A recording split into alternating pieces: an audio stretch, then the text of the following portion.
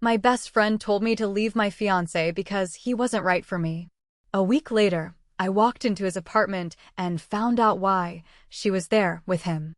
Olivia and I had been inseparable since freshman year of State University.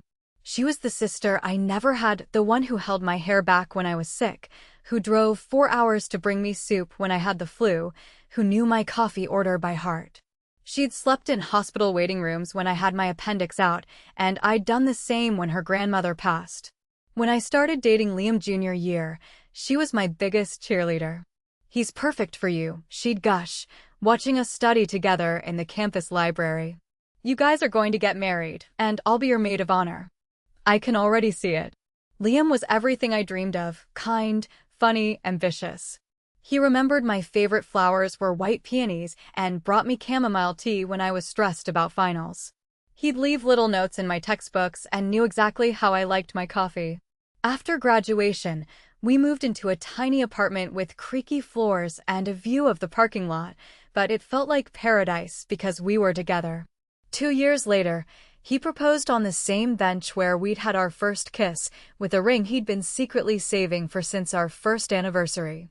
That's when Olivia's tune changed completely.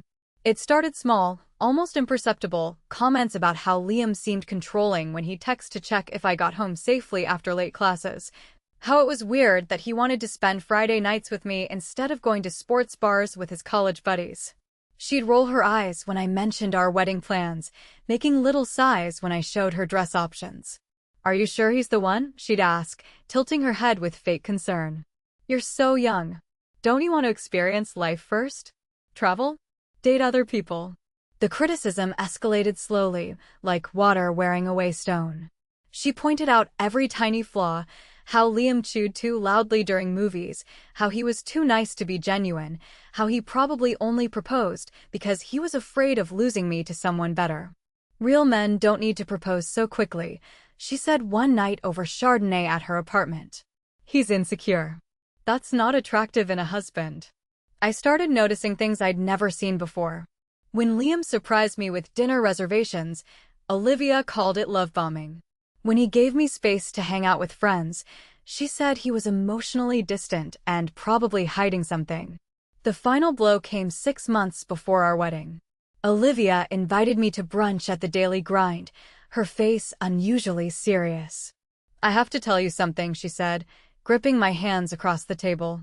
"I saw Liam with another woman." They looked close. My world tilted sideways. "Where? When?" "Last Tuesday at Sip and Savor,"